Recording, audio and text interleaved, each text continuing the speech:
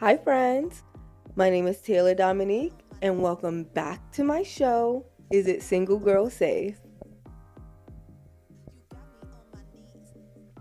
Is It Single Girl Safe is the show where I rate products, services, and experiences that makes living alone as a single girl so much easier or so much harder.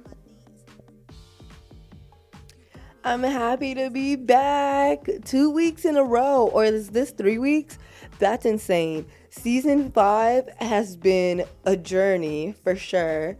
Literally, before this season even hit, I was like, I wanted to focus more on the experiences of being a single girl. Like, my first 4 seasons was most definitely talking about the products and services that we interact with, or at least that I've interacted with. And this season, I have been going through a lot emotionally.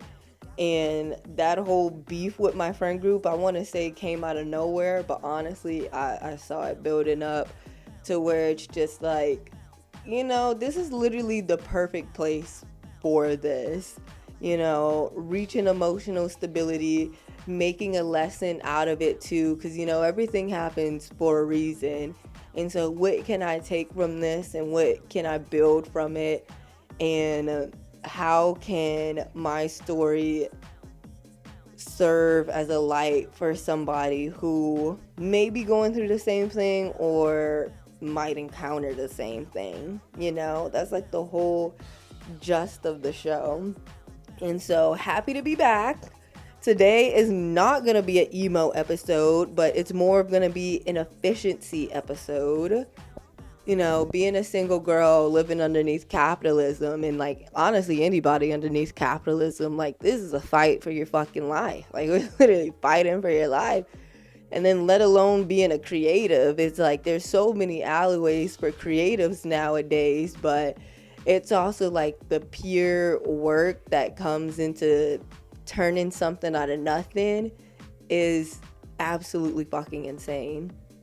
And so if you are on this journey, or if you like to do multiple things at once, like you have your stable job, but you would like to do outside projects, or you only work on your own projects, but you find yourself with a lot of ideas that you can accomplish, but with proper scheduling and proper management, this is the episode for that. Today's episode is going to be tips to multi-project productivity. Oh, say that 3 times, okay? Tips to multi-project productivity. I'm going to be looking at my laptop a lot because all of my notes are on my blog. So if you haven't seen from last episode, I started a blog. If you're looking for all of my tips around these experiences without my personal story in the middle of it, then my blog is the perfect place for it. I break everything down into 5 or less steps, and I give you a blueprint for you to adjust your own life to these step by steps on what I've come out of through these experiences. So if you just want the resource for your life without the rambling, my blog is the place to be.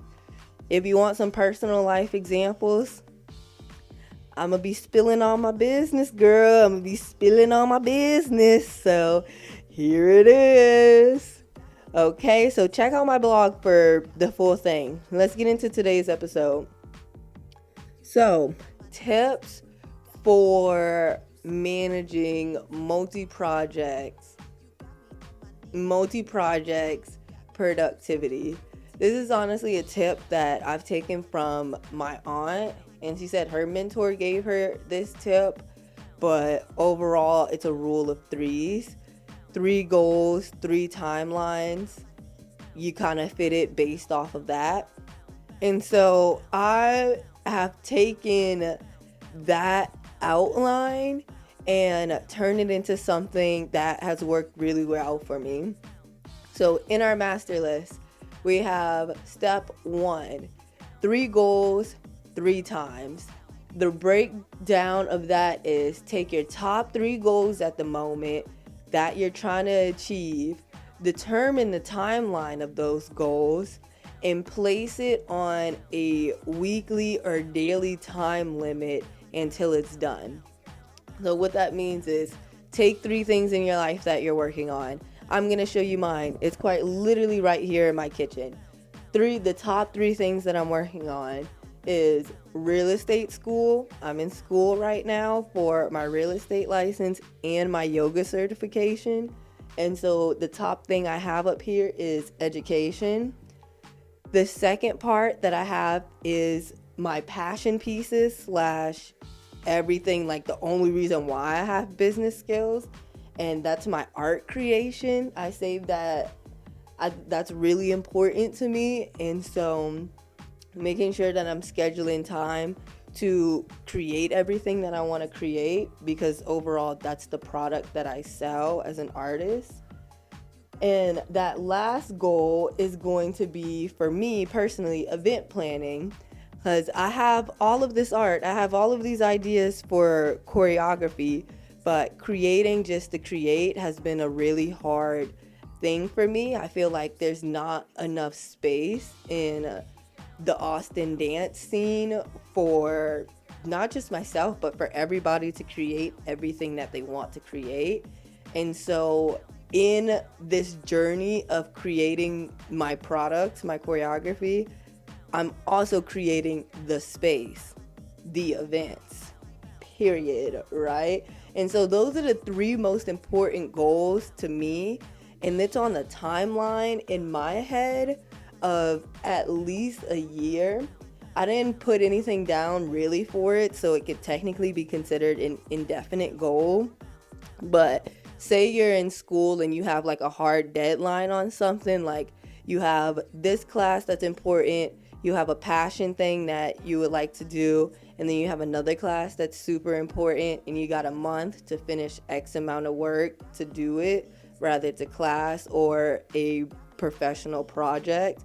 If you already have a timeline, this is a good way to work that timeline. If you don't have a timeline and you kind of have like an umbrella thing, like my real estate school is going to be in for a year. I'm almost at the end of my yoga certification, but overall, I know I'm going to be in school for a year. So I could say this once a day task list is really just going to run me for the year. And so once you determine those for yourself, your top 3 goals and the timeline of that, let's get into step 2. Step 2 is to prioritize those goals based on their due date and the execution of the time frame. If there's no hard due dates on it, what do you want to complete first, and which one needs to be done first for another thing to happen?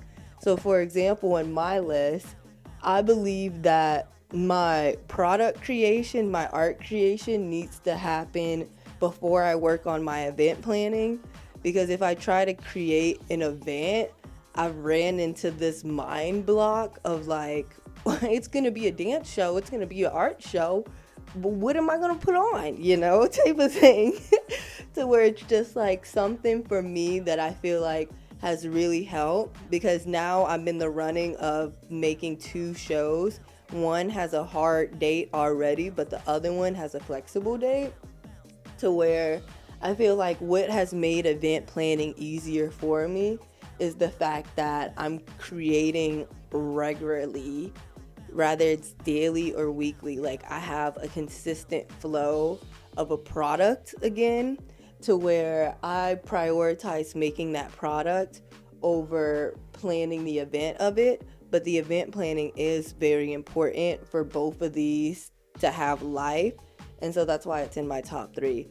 So that's a long-winded answer to say which one needs to happen first for the other one to have its life. That's how you should prioritize it if you don't have any due dates. That brings us to step number 3. Track your progress. There's a YouTube channel called Alux. It's all about personal finances and overall scaling, and it's dedicated to becoming a millionaire and all of those things. But I like to take money doesn't really rule my life, nor do I really give a fuck, to be honest. But I love to take life skills and just apply it to what I want to apply it to. And so a big thing that I took from this YouTube channel called Alux is their view on tracking. Without tracking progress, you're not able to properly measure your success. I feel that so much, especially as a creative. I've done so much. Like, I could literally not even all the time think about everything that I've done. Like, all I know is I be showing up and I be grinding, right? But when you don't properly track that grind and what you're doing, it's kind of hard to make an elevator pitch for yourself. It's kind of hard to make like a summary for yourself, because overall you're not tracking your progress. So if you're not tracking your progress, you're not going to know how to speak on your success. And I've ran into that problem, that boulder, so many times, to where that is step 3 of this, is to track your progress. However you do it, make it fun. Like, I've made my first time tracking a progress is my report card. I made a report card for my podcast, but I also made a personal report card on things that I wanted to do daily, weekly, and monthly. And every time I crossed it off, I would get points, and enough points would get me a prize for my prize box. Enough prizes will be an incentive for me to go spend money on an expensive dinner or whatever, like, bigger prize that I want. But literally last year, or like, I think this was 2 years ago. 2 years ago, I had the report card prize box going. Last year, I made a Monopoly board as my New Year's resolution type of tracking. I literally made a Monopoly board, and I have a mini Tesla, like a mini Tesla car, and I was taking it to each box, tagging it on by a command strip. And so that's how I was tracking my goals last year. This year, I'm on a star chart. I needed to simplify. With my first 2, I had like a lot of things that I was tracking, but overall, breaking it down to 3 big goals and 3 minor goals did help my brain in the simplification status. And so right now, I'm on the star board. You could see it right here, and you could barely see it. But my top 3 goals right here at the top are my once a day. And then my micro goals right here are a once a week.